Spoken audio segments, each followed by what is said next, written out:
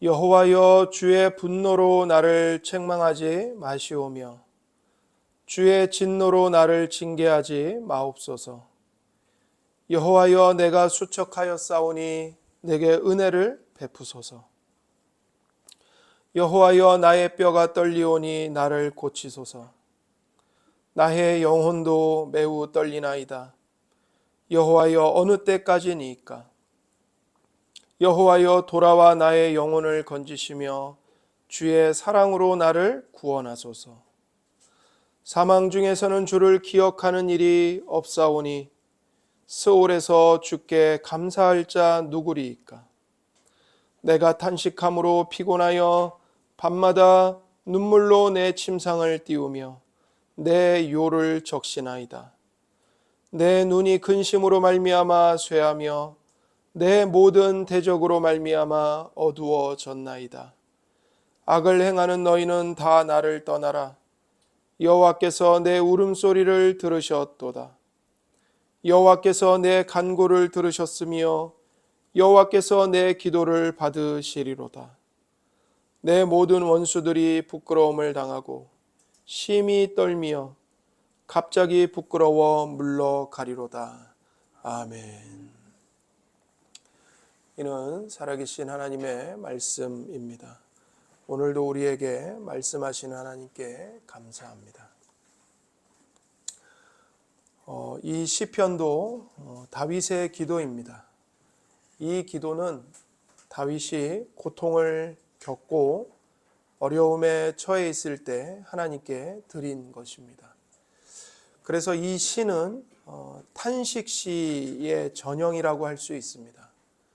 탄식시란 하나님께 나의 슬픔과 고통을 탄식하면서 올려드리는 기도입니다.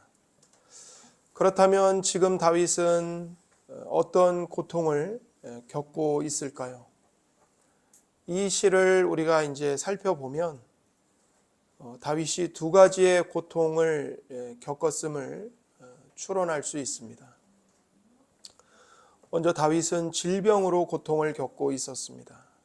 2절에 보시면 여호와여, 내가 수척하였사오니 내게 은혜를 베푸소서. 여호와여, 나의 뼈가 떨리오니 나를 고치소서. 여호와여, 내가 수척하였사오니 내 몸이 너무 아파서 수척해졌습니다. 기력이 다 쇠하여졌습니다. 이런 말이죠. 여호와여, 나의 뼈가 떨리오니 주님, 내 뼈 마디마디가 덜덜 떨릴 정도로 아픕니다. 그러니 여호와여, 내게 은혜를 베푸시고 나를 고쳐주소서. 이렇게 기도합니다. 3절에도 나의 영혼도 매우 떨리나이다. 여호와여, 어느 때까지니까? 다윗의 고통이 얼마나 크냐면 그의 몸만 아픈 게 아니라 그의 영혼까지, 그의 심령도 매우 떨릴 정도로 고통이 큽니다. 여기 떨리나이다, 이 말을 문자적으로 번역하면 무서워하다는 것입니다. 무서워한다. 다윗의 영혼은 지금 공포에 사로잡혀 떨고 있습니다. 죽음에 내려갈, 내가 스올에까지 떨어지는 이 죽음의 공포를 겪고 있는 것이죠. 그래서 여러분, 우리의 몸과 영혼이 하나이지 않습니까? 그러니까 하나이기 때문에 영혼이 몸의 영향을 받습니다. 그래서 몸이 심하게 아프면 마음도 걷잡을 수 없이 괴로움에 떨 수밖에 없는 것이죠. 7절에 보십시오. 내 눈이 근심으로 말미암아 쇠하며 내 모든 대적으로 말미암아 어두워졌나이다. 내 눈이 근심으로 말미암아 쇠하며, 근심 때문에 내 눈이 침침해졌습니다. 내 모든 대적으로 말미암아 어두워졌나이다. 다윗을 괴롭히는 원수들이 있어요. 그 원수들의 등살에 견디지 못해서 앞이 보이질 않는 겁니다. 여러분, 사람이 다른 사람과의 관계에서 스트레스를 너무 많이 받으면 이게 질병으로 나타납니다. 어떤 경우에는 눈에 망막이 벗겨져서 앞이 안 보여요. 이런 병들이 몸에 생겨요. 고통을 겪는 거죠. 그렇다면 여러분, 지금 다윗이 왜 몸이 이렇게 극심하게 아플까요? 7절에서 봤듯이 대인관계에서 오는 고통으로 괴로움을 겪고 있었기 때문입니다. 그래서 다윗이 겪는 두 번째 고통은 관계에서 오는 고통입니다. 8절입니다. 악을 행하는 너희는 다 나를 떠나라. 여호와께서 내 울음소리를 들으셨도다. 여러 사람들이 다윗을 둘러싸서 다윗을 공격하고 비방하고 모함하고 괴롭히고 있어요. 하나님 앞에서 다윗이 우는 거예요. 엉엉 울어요. 여호와께서 내 울음소리를 들으셨다고 말하잖아요. 너무 괴로운 거예요. 10절에 내 모든 원수들이 부끄러움을 당하고 심히 떨미어 갑자기 부끄러워 물러가리로다. 모든 원수들이 다윗을 둘러싸고 있어요. 비방하고 있어요. 관계 때문에 고통을 겪고 있어요. 그래서 그의 몸이 아픈 거예요. 너무 괴로운 거예요.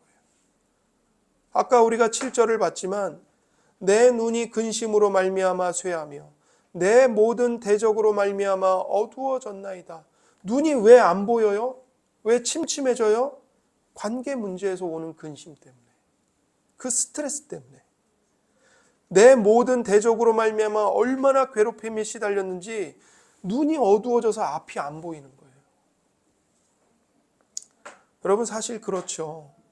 살면서 우리 몸이 아픈 것이 단순히 생물학적인 이유만으로 그런 게 아닙니다.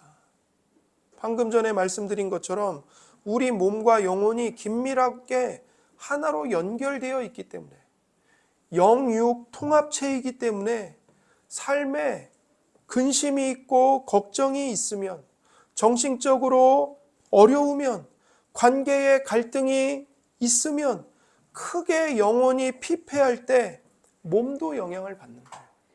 마음만 아픈 게 아니라 몸이 같이 아파요. 너무 아파서 괴로움을 당해요. 다윗의 고통이 얼마나 극심했는가. 6절을 보세요. 내가 탄식함으로 피곤하여 밤마다 눈물로 내 침상을 띄우며 내 요를 적시나이다. 다윗의 고통이 얼마나 극심한지 흐느껴 울다가 지치는 겁니다.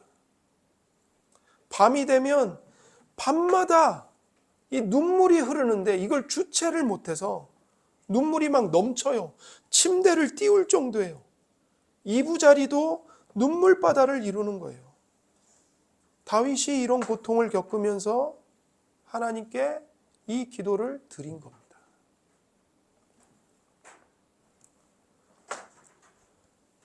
여러분, 고난은 우리를 기도의 자리에 앉게 하는 기회를 만들어줍니다. 고난 중에 드리는 기도는 우리로 하여금 하나님을 새롭게 만나게 해줍니다. 이런 점에서 보면 고난은 영적인 기회입니다. 그런데 고난 중에 드리는 기도에 하나님은 신속하게 응답하지 않으실 때가 매우 많습니다. 하나님의 시간과 내 시간이 다르기 때문이에요. 내가 원하는 방법과 하나님의 방법이 다르기 때문입니다. 그렇기에 고난 중에 기도할 때 우리는 자주 하나님의 침묵을 경험합니다. 고난의 상황은 더욱더 심해지고 내 고통과 아픔은 더 커지고 그래서 내 기도는 더욱더 절절해지는데 하나님은 묵묵부답이십니다. 아무 말씀을 안 하세요. 그래서 도대체 주님께서는 언제까지 지체하시렵니까? 하나님께 호소를 하는 거죠. 3절입니다. 나의 영혼도 매우 떨리나이다. 여호와여 어느 때까지니까? 여호와여 어느 때까지니까?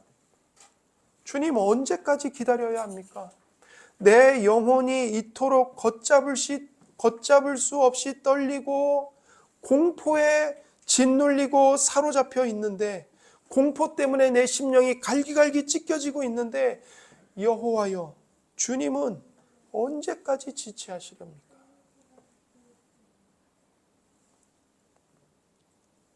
하나님이 침묵하십니다. 다윗은 하나님의 침묵을 자신에 대한 하나님의 징계로 여깁니다. 하나님이 지금 자신에게 화가 나셨고 자기를 책망하고 꾸짖기 위해서 고난 가운데 나를 그냥 이렇게 내버려 두시는구나, 이렇게 여깁니다. 하나님이 나를 징계할 작정이 아니라면 이렇게 침묵하실 수 있으랴, 이렇게 생각을 했던 것이죠. 그래서 1절을 보세요. 여호와여, 주의 분노로 나를 책망하지 마시며 주의 진노로 나를 징계하지 마옵소서. 무슨 말입니까? 하나님, 나를 그만 혼내주세요. 하나님, 나에게 화를 내지 말아주세요. 이렇게 기도하는 거죠. 다윗에게 뭔가 지금 죄책감이 있는 듯 보여요. 우리가 여기서 두 가지를 생각해야 됩니다. 첫 번째로, 다윗은 지금 자기의 죄를 바로잡는 하나님의 징계와 훈육 그 자체를 거부하는 것이 아닙니다. 징계라는 말의 본래 뜻은 바르게 하다, 어그러진 것을 곧게 하다라는 뜻입니다. 여러분, 포도나무 가지가 이렇게 위에 있어야 포도 열매를 맺혀요. 포도나무 가지가 부러져서 땅으로 떨어지면, 땅으로 기울게 되면 포도 열매를 맺힐 수가 없어요. 그때 농부가 어떻게 하냐면 그 가지를 위로 올려서 묶어줘요. 부러진 부분을 묶어주고 나머지 가지가 공중에 잘 떠 있을 수 있도록 줄 같은 걸 이렇게 빨랫줄처럼 해갖고 묶어준다고요. 이게 징계예요. 바로 잡는 거예요. 곧게 해주는 거예요. 어그러진 것을. 그래서 지혜로운 사람은 하나님의 징계를 멸시하지 않아요. 거부하지 않아요. 환영해요. 하지만 어리석은 사람은 하나님의 징계를 멸시하고 싫어하죠. 거부합니다. 지금 다윗은 하나님의 징계를 거부하는 것이 아니라 뭘 간청하고 있는 거냐면, 하나님, 분노의 마음으로 징계하지 말아주세요. 이걸 간청하고 있는 거예요.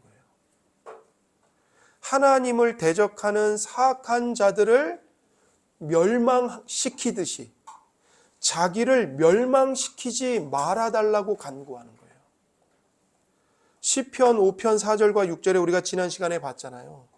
오만한 자들, 악을 행하는 자들, 거짓말하는 자들, 피 흘리기를 즐기는 자들, 속이는 자들, 그들과 똑같이 멸망으로 심판하시지 말아주세요. 하나님의 임재에서 그들과 똑같이 나를 쫓아내지 말아주세요. 이걸 간청하고 있는 거예요.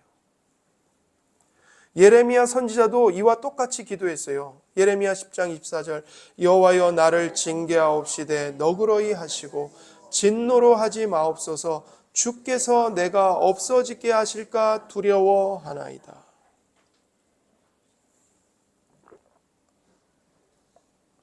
나를 징계하옵시되 너그러이 하시고 진노로 하지 마옵소서. 만약 주님의 진노대로 우리를 처벌하시면 우리는 영영 멸망하고 맙니다. 주님.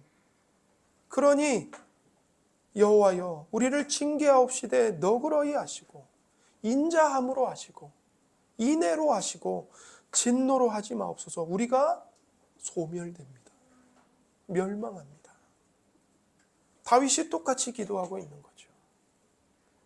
다윗은 자신의 기도에 침묵하시는 하나님께 여호와여, 어느 때까지이니까라고 탄식을 합니다. 악한 대적들로 인해 근심하고 몸도 아픈데 하나님마저도 다윗의 기도에 침묵하시고, 하나님의 침묵과 관계의 고통과 질병의 고통이 무겁게 짓누르니 다윗은 하나님께 나에게 화를 내지 마시고 진노로 나를 책망하지 마소서 간청하는 겁니다. 두 번째로 우리가 생각해야 될 것은 모든 징계가 다 죄로 인해 받는 것은 아니라는 점입니다. 여러분, 죄로 인해 받는 징계도 있고 죄와 상관없이 받는 징계도 있어요. 이 시에 보면 다윗의 범죄가 무엇인지 뚜렷하게 나타나지 않아요. 그러니까 다윗도 자기 죄가 지금 정확하게 뭔지를 몰라요. 근데 죄책감은 있어요. 근데 내가 하나님 앞에 뭘 잘못했는지는 모르겠는데 그렇다고 딱히 잘했다고도 말할 수가 없어요. 그러니까 하나님 화 좀 내지 말아주세요. 이러는 거예요.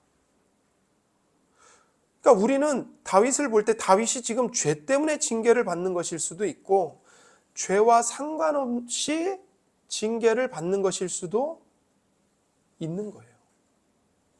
그래서 징계라는 단어가 반드시 죄를 지었다는 것을 의미하는 것은 아닙니다. 그래서 이 징계에는 훈련이라는 뜻도 있어요. 훈련은 죄에 대한 벌이 아니잖아요. 실력을 키우기 위한 연습이지 벌이 아니잖아요. 근데 징계가 죄 지은 것을 바로잡는다는 뜻도 있고 연습을 시켜서 실력을 키운다는 뜻도 있는 거예요. 그러니까 중요한 것은 죄에 대한 징계를 받든 죄와 상관없이 징계를 받든 징계는 무엇인가? 아버지가 자식을 바르게 훈육하는 것입니다. 키우는 거예요. 하나님 아버지께서 그분의 자녀인 우리를 훈육하시면서 키우십니다. 우리가 죄를 지으면 아버지 하나님께서는 우리의 죄를 바로잡으시기 위해 사랑으로 징계하십니다. 왜요? 자식이니까요. 잠언 3장 11절 내 아들아 여호와의 징계를 경히 여기지 말라 그 꾸지람을 싫어하지 말라 대저 여호와께서 그 사랑하시는 자를 징계하시기를 마치 아비가 그 기뻐하는 아들을 징계함 같이 하시느니라. 아버지가 그 기뻐하는 아들을 징계한다는 거예요. 자식으로 키우는 거예요. 그래서 징계는 부정적인 뜻만 있는 게 아니에요. 긍정적인 뜻이 있어요. 그래서 히브리서 기자가 이 잠언 구절을 인용해서 말하기를 징계가 없으면 너희가 참 아들이 아니요 사생자다라고 말합니다. 히브리서에서 그렇게 말해요. 죄 때문에 때리시는 것도 우리를 고치시려는 아버지의 사랑입니다. 징계는 단순히 벌이 아니라 치료입니다. 치료. 그런데 죄와 상관없이 받는 징계도 아버지의 사랑입니다. 우리의 믿음을 순금같이 연단하는 훈련입니다. 하나님은 때로 그분의 자녀들이 가혹하게 보이는 시련을 통과하게 하십니다. 그런데 이것은 자녀가 죄지었기 때문이 아니라 자녀인 우리를 사랑하고 우리가 성장하기를 원해서 그렇게 하시는 겁니다. 히브리서 12장 11절 무릇 징계가 당시에는 즐거워 보이지 않고 슬퍼 보이나 후에 그로 말미암아 연단받은 자들은 의와 평강의 열매를 맺느니라. 이 구절도 말하듯이 사실 징계를 받을 당시에는 즐겁지 않아요. 괴로워요. 고통스러워요. 여러분 혹시라도 죄 지어도 괜찮아. 그냥 적당히 죄 지으면서 살지. 아니 어차피 하나님이 다 용서하셨다며. 설마 나를 지옥에 보내시기에 하겠어? 우리는 그렇게 생각하면서 살아서는 안 돼요. 우리가 죄를 가볍게 생각하고 죄에 손을 대거나 죄를 먹고 마시면 우리를 바로잡으시기 위해서 반드시 하나님의 징계가 임하는데 그 징계가 얼마나 혹독한지 몰라요. 회개하면 되지. 그게 쉬운 일이 아니에요, 여러분. 예수님을 믿는 자녀를 하나님이 바로잡으시기 위해서 손을 대실 때 정말 무섭게 손을 대십니다.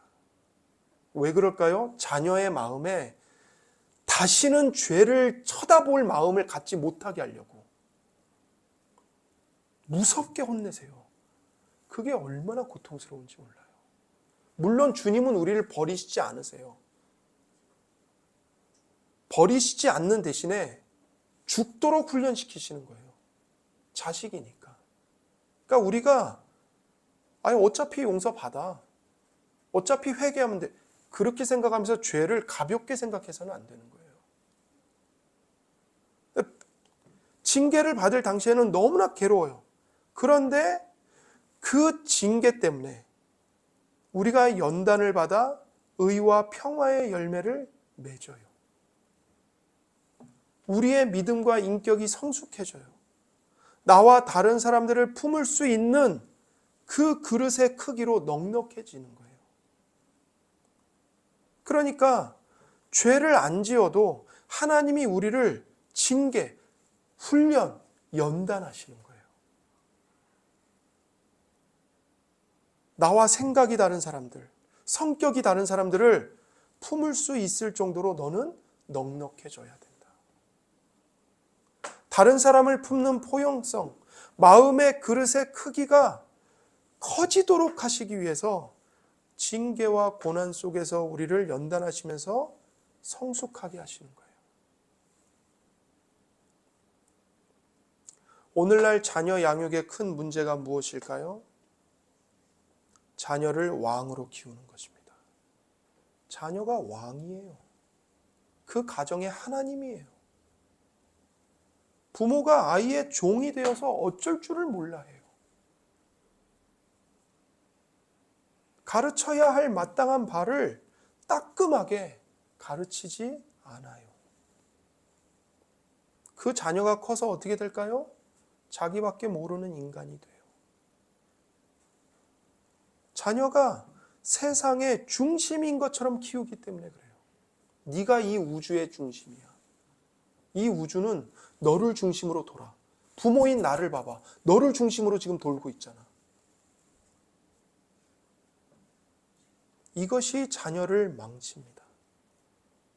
사람은 자기 욕심 때문에 자식을 망칠 수 있지만 하늘에 계신 우리 아버지는 그분의 자녀들에게 그런 실수를 하지 않으십니다. 하나님은 그분의 자녀를 사랑으로 징계하십니다.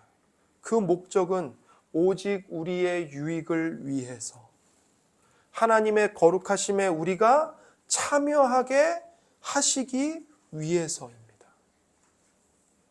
하나님은 죄로 인해 우리의 삶에 어려움을 주실 수 있습니다. 우리는 이 사실을 간과해서는 안 됩니다.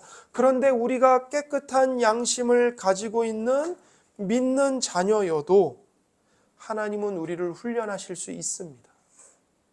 왜냐하면 하나님의 모든 기쁨이 자녀인 우리에게 있기 때문입니다. 하나님의 모든 기쁨이 여러분 한 분 한 분에게 있습니다. 여러분이 돈을 얼마나 갖고 있는가? 여러분이 얼마나 실력이 있는가? 딱 똑똑한가? 교회에 얼마나 도움이 되고 있는가? 거기에 하나님의 기쁨이 있는 게 아니에요. 하나님이 여러분에게 내가 쟤한테 뭘 얻어낼 수 있을까? 거기에 기쁨이 있지 않다고요. 여러분 자신, 여러분의 존재 자체, 여러분이 크는 것, 거기에 기쁨이 있어요. 그래서 아버지께서 연단과 훈련으로 우리를 훌륭하게 키우시는 거예요. 나는 네가 크는 것이 기쁘다. 우리는 일들이 잘 풀리지 않으면 하나님이 나에게 화나셨다고 생각하는 시험을 받게 됩니다. 하나님의 징계는 하나님이 나에게 분노를 품으신 것처럼 느낄 만큼 무겁게 느껴질 수 있습니다. 그러나 다윗은 하나님의 징계에서 도망가지 않습니다. 오히려 하나님의 품에 뛰어들어가 끈질기게 간절하게 기도하면서 하나님의 은혜를 간구합니다. 2절부터 4절입니다. 여호와여 내가 수척하여 싸우니 내게 은혜를 베푸소서. 여호와여 나의 뼈가 떨리오니 나를 고치소서. 나의 영혼도 매우 떨리나이다. 여호와여 어느 때까지니까? 여호와여 돌아와 나의 영혼을 건지시며 주의 사랑으로 나를 구원하소서. 비록 하나님이 내 삶에 이런 고통을 가져온 분일지라도 다윗은 하나님에게서 도망가거나 하나님을 미워하지 않습니다. 대신 다윗은 자기에게 화난 것처럼 보이는 바로 그 하나님께 은혜를 구합니다. 여호와여, 내게 은혜를 베푸소서. 다윗은 자신에게 상처를 입힌 그 하나님께 나를 고쳐주시기를 호소합니다. 여호와여, 나를 고치소서. 고난은 하나님이 일하시는 신비한 영역입니다. 여러분, 우리는요, 고난의 신비를 함부로 들여다보려고 해서는 안 됩니다. 우리는 고난의 원인이 무엇인지 다 알 수 없습니다. 고난의 원인을 파헤치려고 하는 순간 우리는 빠져나올 수 없는 미로에 갇히게 됩니다. 선하신 하나님께서 왜 고난을 통해서 그분의 자녀들을 연단하시는지 그 신비를 우리는 다 알 수 없습니다. 그러나 하나님은 중요한 건 이거예요. 고난의 시간이 아니고서는 경험할 수 없는 믿음의 세계가 있다는 사실을 우리에게 깨우치십니다. 고난을 통해서만 알 수 있고 경험할 수 있는 믿음의 세계가 있다는 겁니다. 고난이 없으면 우리는 내 지식과 내 경험이 전부라고 생각합니다. 우물안 개구리라는 속담이 있죠. 하나님에 대한 내 지식과 경험은요, 다 우물 안입니다. 우물 안이에요. 제한적이에요. 하나님을 아는 것 같아도 내가 아는 것, 내가 경험한 것밖에 모릅니다. 그리고 그 지식과 경험이 내 믿음의 틀이 돼요. 이게 하나의 프레임이 되고 나의 영역이 되는 겁니다. 그래서 자기 믿음의 한계를 넘어가려고 하질 않습니다. 왜 그렇죠? 여기가 편하거든요. 여기가 익숙하거든요. 여기가 내가 통제할 수 있는 영역이거든요. 그래서 이 안에서 어떻게 돼요? 고착화돼요. 굳어져 가요. 성장이 없어요. 이것은 우리에게 유익이 아니에요. 우리는 편한 것, 익숙한 것이 좋지만 하나님은 우리를 위해서 고난이라는 광풍을 불게 하십니다. 그리고 우리가 편하려고 만든 우리의 틀, 우리의 벽을 다 깨부세요. 부수세요. 왜 그렇죠? 내가 만든 축소된 하나님, 내가 이해할 수 있는 작은 하나님이 아니라 진짜 광대하신 하나님, 정말 크신 하나님이 우리를 더 큰 믿음의 세계로 초대하고 계신다는 것을 깨닫게 해주시기 위함입니다. 하나님은 우리를 때로 광야로 내모십니다. 왜 그렇습니까? 광야가 아니면 우리는 사람이 떡으로만 사는 것이 아니라 하나님의 입에서 나오는 모든 말씀으로 사는 존재라는 것을 배우고 익힐 수가 없기 때문입니다. 하나님은 우리를 죽은 자와 다를 바 없게 만드십니다. 우리를 무덤 속에 집어넣으십니다.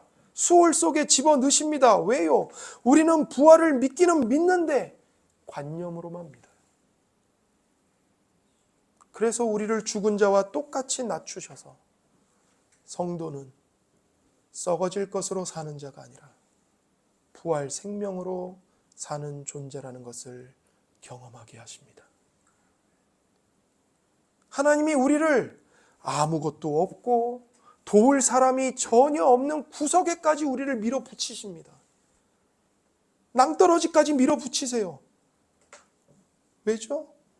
그렇게 되지 않는 한 우리가 공급하시고 돌보시는 하나님을 신뢰하지 않기 때문입니다. 우리에게서 모든 소망을 빼앗아 가십니다. 왜요? 모든 소망이 무너졌을 때 비로소 우리는 하나님 한 분만을 온전히 소망할 수 있기 때문입니다. 그래서 하나님은 다윗이 3절에서 여호와여 어느 때까지니까 탄식한 것처럼 오랜 시간 동안 하나님의 침묵 속에 우리를 두시기도 하는 것입니다. 우리를 버리셨기 때문이 아니라 하나님이 우리를 위해서 선한 일을 하고 계시기 때문입니다. 그래서 기도하는 사람에게는 하나님의 침묵이 하나님의 부재가 아니라 오히려 하나님의 임재의 강력한 반증이 됩니다. 다윗은 4절에서 여호와여 돌아와 나의 영혼을 건지시며 주의 사랑으로 나를 구원하소서 하나님께 자신을 구원해 달라고 간청합니다. 여기 주의 사랑 헤세드입니다. 많이 들어보셨죠? 헤세드.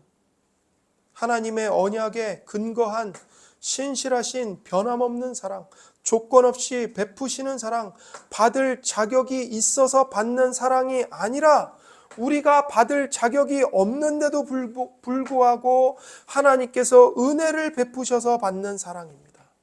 주의 사랑, 헤세드. 이 하나님의 변함없는 사랑은 하나님의 본성의 한 부분입니다. 하나님이 선하시고 그분의 백성에게 변함없이 신실하시다는 사실, 이 사실만이 우리가 전능하신 하나님께 기대할 수 있는 선한 진리입니다. 하나님의 변함없는 사랑 외에 다른 선한 것은 없습니다. 만약 하나님이 우리의 하나님이라면 우리는 우리에게 신실하고 충실한 하나님을 의지할 수 있습니다. 우리의 친구들은 우리를 배반할 수도 있습니다. 우리의 가족은 우리를 떠날 수도 있습니다. 우리의 사랑이 얼마나 가변적입니까?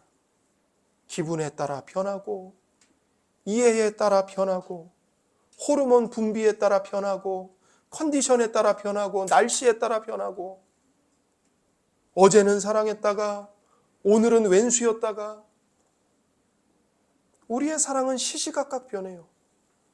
하지만 하나님은 항상 우리에게 신실하시고 충성하십니다. 여러분, 하나님이 여러분에게 충성하신다는 것을 깊이 생각해 보신 적이 있나요? 충성은 우리가 하나님께 하는 거 아닙니까? 아니요. 하나님이 여러분 한 분 한 분에게 날마다 그 시시각각 여러분에게 충성하고 계십니다. 신실하게 여러분을 위해 일을 하고 계십니다. 하나님은 날마다 우리에게 헌신하고 계십니다. 그래서 하나님이 우리에게 충성을 요구하시는 겁니다. 내가 내 목숨을 다해서 너에게 충성하니 너도 나에게 충성해라. 내가 너를 이렇게 사랑하니 너도 이렇게 나를 사랑하라.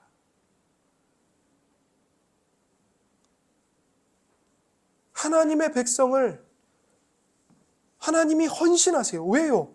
바위같이 단단하고 변함없는 사랑으로 우리를 사랑하는 것이 하나님의 본성이기 때문입니다. 하나님의 사랑이 하나님의 본성이에요. 그래서 사도 요한이 말했죠. 하나님은 사랑이시니라. 하나님은 사랑이시다. 사랑이 하나님의 본성이에요. 그래서 다윗은 이 하나님의 본성, 주님의 사랑, 헤세드, 하나님의 언약적인 충성, 하나님의 변함없는 사랑의 근거에서 구원을 호소하고 있는 겁니다. 은혜를 호소하고 있는 겁니다. 그래서 다윗은 이 세 구절에서, 그러니까 2절부터 4절까지 하나님의 개인적인 언약의 이름 여호와를 4번이나 부릅니다. 2절에 여호와여 2번 나오죠. 3절에 1번 나오죠. 4절에도 1번이 나와요. 그렇게 4번이나 여호와의 이름을 불러요. 왜요? 여호와라는 이름 자체가 언약의 하나님의 이름이기 때문에 그래요. 그 헷세들을 가리키는 언약. 여호와는 출애굽기 3장에서 하나님이 모세에게 계시하신 당신의 이름입니다. 모세가 하나님께 질문해요. 이스라엘 자손들이 당신의 이름이 무엇이냐고 물으면 내가 뭐라고 말해줘야 합니까? 그 질문에 하나님이 답하시기를 나는 스스로 있는 자니라. 스스로 있는 자가 나를 너희에게 보내셨다 하라 말씀하셨어요. 그러면서 하나님의 이름을 가르쳐 주시는데 여호와로 가르쳐 주세요. 여호와. 출애굽기 3장 15절 16절입니다.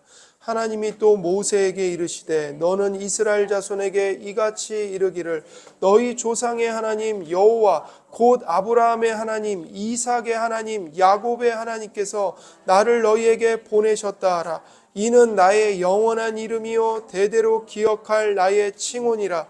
너는 가서 이스라엘 장로들을 모으고 그들에게 이르기를 여호와 너희 조상의 하나님 곧 아브라함과 이삭과 야곱의 하나님이 내게 나타나 이르시되 내가 너희를 돌보아 너희가 애굽에서 당한 일을 확실히 보았노라. 이렇게 말씀하시는 거예요. 여호와가 누구의 어떤 이름과 연결이 돼요? 아브라함의 하나님, 이삭의 하나님, 야곱의 하나님과 연결이 되죠. 여호와께서 이스라엘 조상인 아브라함과 이삭과 야곱에게 나타나시고 그들과 언약을 맺으신 하나님이십니다. 16절에 여호와 너희 조상의 하나님 곧 아브라함과 이삭과 야곱의 하나님이 내게 나타나 이르시되 내가 너희를 돌보아 너희가 애굽에서 당한 일을 확실히 보았노라. 여호와 하나님은 스스로 계시는 하나님이세요. 스스로 충만하시고 스스로 충족하시고 전능하시고 자존하신 하나님이세요. 아무것도 필요 없는 하나님이세요.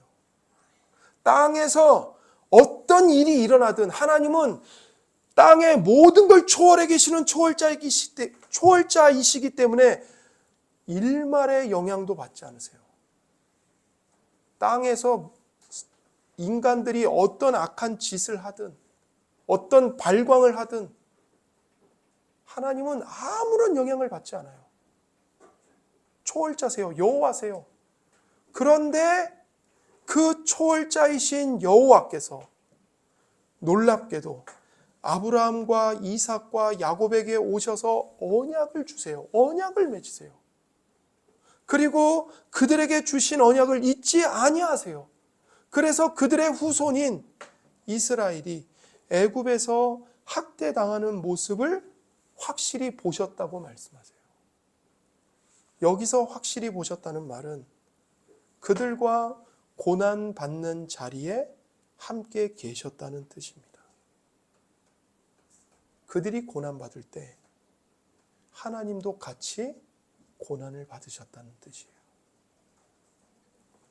하나님이 초월자이시기 때문에 저 높고 높은 하늘에 계시기 때문에 땅에서 무슨 일이 일어나든지 땅에서 자기 백성들이 무슨 고통을 당하든지 아무 관심 없이 그냥 무감각하게 보시는 게 아니에요. 오히려 초월자이신 하나님이 그분의 언약을 기억하시고 이 땅에 내려오셔서 우리의 고통의 자리에 함께 하십니다. 이곳에 내재하셔서 고통받는 우리의 자리에 하나님이 함께 계세요. 그게 바로 예수님의 성육신이죠. 이분이 바로 여호와 하나님이세요. 다윗이 지금 극심한 질병의 고통, 대적들의 괴롭힘 속에서 여호와 하나님의 이름을 부릅니다. 여호와라는 호칭으로 하나님의 언약을 하나님께 상기시키는 거예요. 하나님 언약의 하나님이시잖아요. 언약의 신실하신 주님이시잖아요. 언약에 근거하여 변함없는 사랑으로 그 헷세드로 나를 사랑하시잖아요. 그 주의 사랑을 내게 베풀어 주세요. 주의 사랑으로 나를 구원해 주세요. 이렇게 간청하는 것입니다. 이게 저와 여러분의 기도입니다. 이게 저와 여러분의 기도예요. 다윗은 하나님이 어떤 분이신지를 알고 있습니다. 하나님을 아는 지식에 근거하여 하나님의 언약과 그 언약에 신실하신 그분의 사랑을 신뢰하는 믿음으로 다윗의 마음은 하나님을 의지하고 있습니다. 다윗은 또한 하나님의 영광 때문에 자기를 구원해 주시길 하나님께 애원합니다. 5절입니다. 사망 중에서는 주를 기억하는 일이 없사오니 수월에서 주께 감사할 자 누구리이까? 사망 중에서는 주를 기억하는 일이 없사오니 수월에서 주께 감사할 자 누구리이까? 무슨 말이죠? 내가 죽으면 누가 하나님을 예배하겠습니까? 이런 말이에요. 여기 스올도 무덤, 죽음을 가리키는 말입니다. 주를 기억하는 일은 하나님이 하신 일들을 이야기하고 반복하는 것을 의미합니다. 그러면서 주님께 감사하고 예배하는 것입니다. 우리가 예배 때 이걸 하잖아요. 설교가 뭐 하는 거예요? 하나님이 이미 우리를 위해 행하신 놀라운 일들을 반복해서 이야기해서 여러분에게 들려드리는 거예요. 그러면서 하나님의 은혜를 깨닫고 하나님에 대한 기쁨으로 우리 마음을 채우면서 즐거이 하나님을 예배하는 거예요. 다윗이 이걸 위해서 기도하는 거예요. 하나님의 영광을 제가 기뻐하고 즐거워하며 하나님을 영화롭게 예배할 수 있도록 이 죽음에서 나를 구원해 주소서. 다윗이 구원을 받고자 하는 목적이 무엇입니까, 여러분? 하나님의 영광을 즐거워하고 하나님을 예배하기 위함입니다. 다윗은 하나님의 영광을 예배하는 것을 사모하고 있습니다. 예배가 그의 목적입니다. 병 낫는 게 목적이 아닙니다. 예배가 목적이에요. 근데 많은 사람들이 이걸 뒤집어서 사용해요. 하나님을 왜 예배해요? 병 나으려고. 문제 해결하려고. 근데 그게 아니에요. 예배가 목적이에요. 예배가. 하나님이 사람을 창조하신 목적은 하나님을 즐거워하며 하나님을 영화롭게 예배하는 것입니다. 하나님이 우리를 구원하십니다. 왜 구원하실까요? 그 구원의 목적도 하나님을 즐거워하며 하나님을 영화롭게 예배하는 것입니다. 그런 면에서 목사가 사람들에게 할 수 있는 가장 영광스러운 말은 우리 다 같이 하나님을 예배합시다. 이 말입니다. 사람이 주님의 이 변함없는 사랑, 헤세드를 받으면 변합니다. 어떻게 해요? 하나님을 즐거워함으로 예배하도록 변화됩니다. 누가 강요하고 사람들의 시선 때문에 혹은 복받기 위해서 혹은 벌받을까 봐 무서워서 억지로 예배하지 않습니다. 강요된 예배는 형식만 남은 종교인들이 하는 것입니다. 주님의 값없는 사랑, 그 언약에 근거한 신실하신 하나님의 사랑, 고통받는 나와 함께 계셔서 십자가의 무한한 고통으로 내 고통을 체휼하시는 그 사랑, 그 사랑을 맛보고 그 사랑으로 구원받은 하나님의 자녀들은요, 예배해라, 예배 왜 안 나와? 그래서 예배하는 게 아니라 하나님이 너무 좋아서, 하나님을 예배하지 않으면 이 가슴이 터져버릴 것 같아서, 하나님에 대한 기쁨이 폭죽처럼 터지기 때문에 하나님을 즐거워하면서 하나님을 즐기면서 하나님을 영화롭게 예배하는 겁니다. 여러분, 우리는 하나님을 기쁘시게 해야 한다는 말 많이 들었죠? 하나님을 기쁘시게 하는 게 뭘까요? 우리가 하나님을 기뻐하는 것입니다. 그게 하나님을 기쁘시게 하는 거예요. 부모가 언제 기뻐요? 자식을 보면서?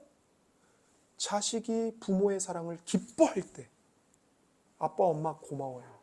아버지 감사합니다. 아버지 헌신 덕분에 제가 이만큼 컸습니다. 아버지 헌신, 어머니 헌신 제가 잊지 않겠습니다. 그럴 때 부모의 마음은 기쁨으로 터지는 겁니다. 이게 하나님의 마음이에요. 하나님을 영화롭게 한다는 게 뭐예요? 돈을 많이 벌어갖고 하나님께 갖다 바치는 게 하나님을 영화롭게 하는 거예요? 맞아요. 근데 어떤 마음으로 하는가? 인색함으로 하면 그건 하나님을 영화롭게 하는 게 아니에요. 내기 싫은데 내라고 자꾸 강요해. 그래서 내고, 그래서 헌금. 그거는 하나님을 영화롭게 하는 게 아니에요. 하나님을 영화롭게 하는 건 뭐냐? 우리가 하나님을 그 무엇보다 좋아하고 즐거워하는 거예요. 하나님 최고입니다. 제 인생의 기쁨은 하나님밖에 없어요. 하나님이 최고예요. 난 하나님이 최고로 좋아해요. 이게 하나님을 영화롭게 하는 거예요. 이러한 예배는요, 협박하고 위협하고 물질의 복, 건강의 복을 미끼로 던져주면서 할 수 있는 예배가 아니에요. 주의 사랑, 십자가의 구원의 은혜를 맛보는 것밖에는 방법이 없어요.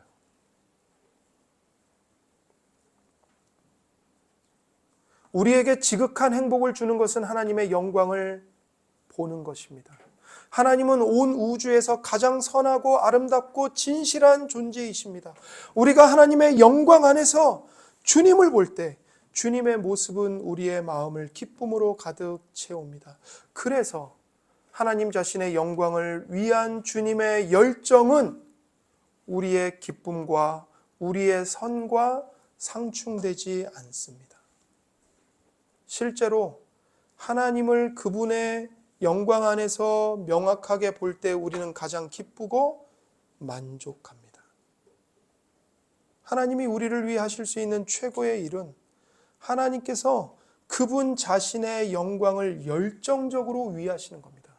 그러니까 하나님이 우리를 위해 하실 수 있는 최고의 일이 뭐냐? 하나님 당신의 영광을 열정적으로 위하시는 거예요. 그게 우리에게 최고의 행복이고 기쁨이 되고 우리를 위한 하나님의 최고의 일이에요. 그게. 그래서 하나님과 나와의 관계를 알아보는 리트머스 시험지가 뭐냐면 예배입니다. 예배에 대한 내 마음가짐, 내 자세, 내 태도가 어떠냐가 하나님에 대한 내 마음, 내 생각, 내 사랑이 어떠냐가 명확하게 드러나요. 하나님에 대한 사랑이 차갑게 식으면 가장 먼저 예배가 식어버립니다. 하나님에 대한 내 마음의 온도, 무엇으로 나타나요? 예배의 온도로 나타나는 거예요.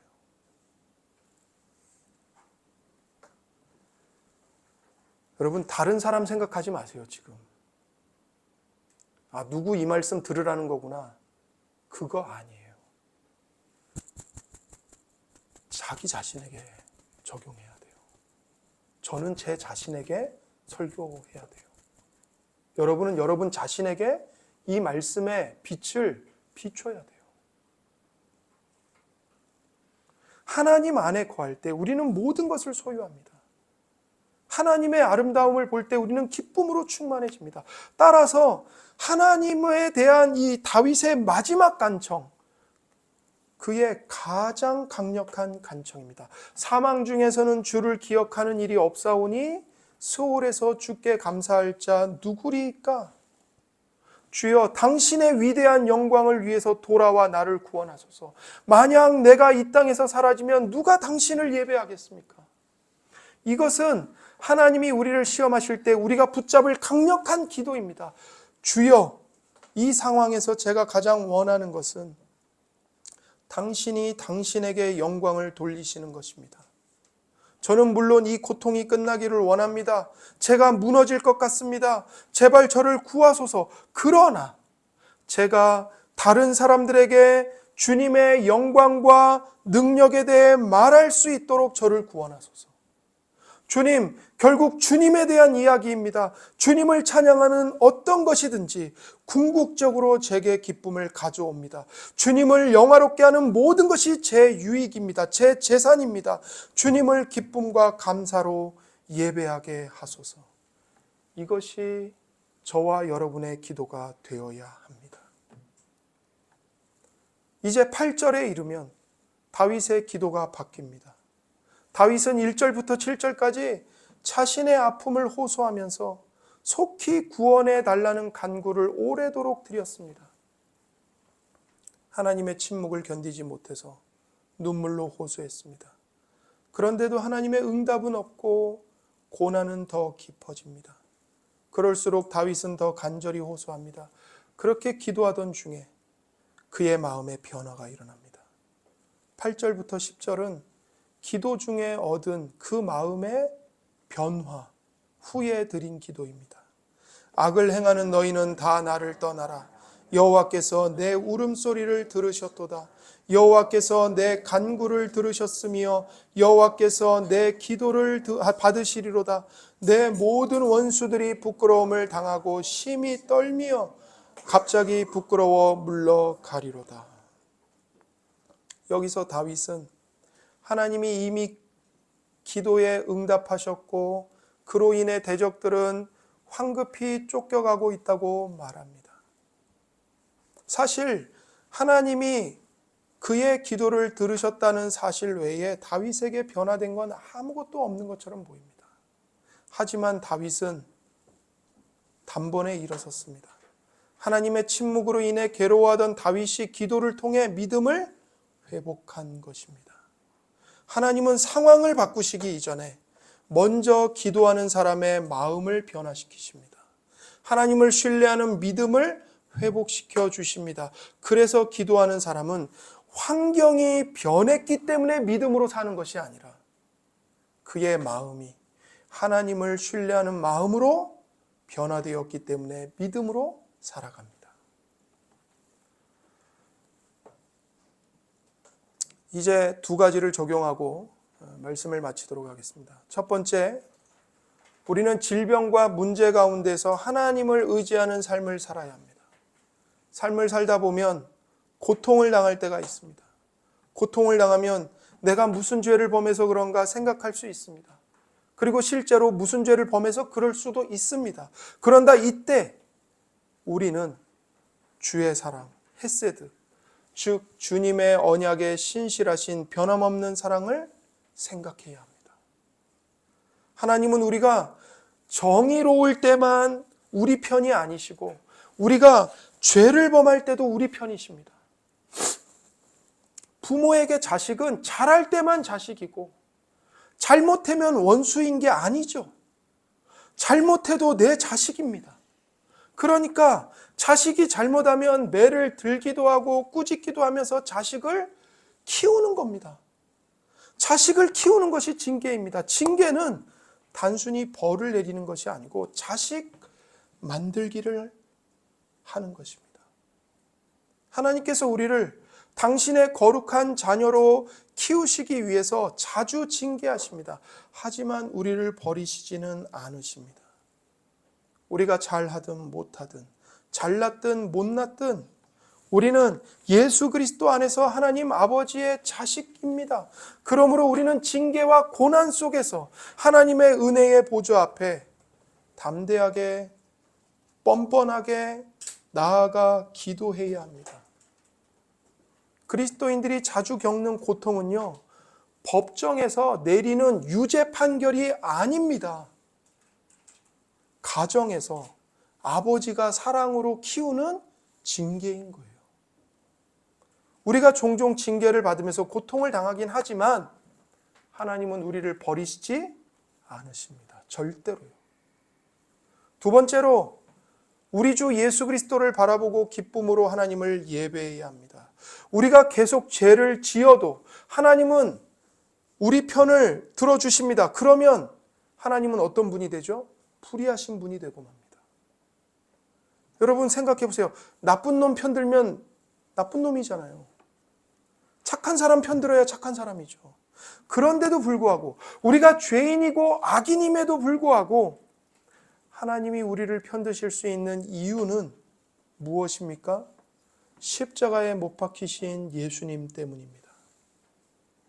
다윗은 자신이 잘못해서 징계를 받는다고 생각했지만 그러나 예수님은 아무 죄도 없으신데도 진노를 받으셨습니다. 다윗은 사악한 자들에게 내리시는 진노를 진짜로 받는 게 아니고 징계를 받았을 뿐입니다. 그러니까 진노와 징계는 다른 거예요. 잘못했음에도 불구하고 다윗은 진노가 아니라 징계를 받았어요. 그러나 예수님은요, 진짜 진노를 받으셨습니다. 사악한 자들이 받는 진짜 진노. 징계가 아니고 진짜 진노를 십자가에서 받으셨어요. 하나님은 예수님에게 사랑의 회초리를 드신 게 아닙니다. 성부 하나님께서 자기 아들을 버려버리셨어요. 사망 가운데, 스올 가운데, 지옥 가운데 버리셨다고요.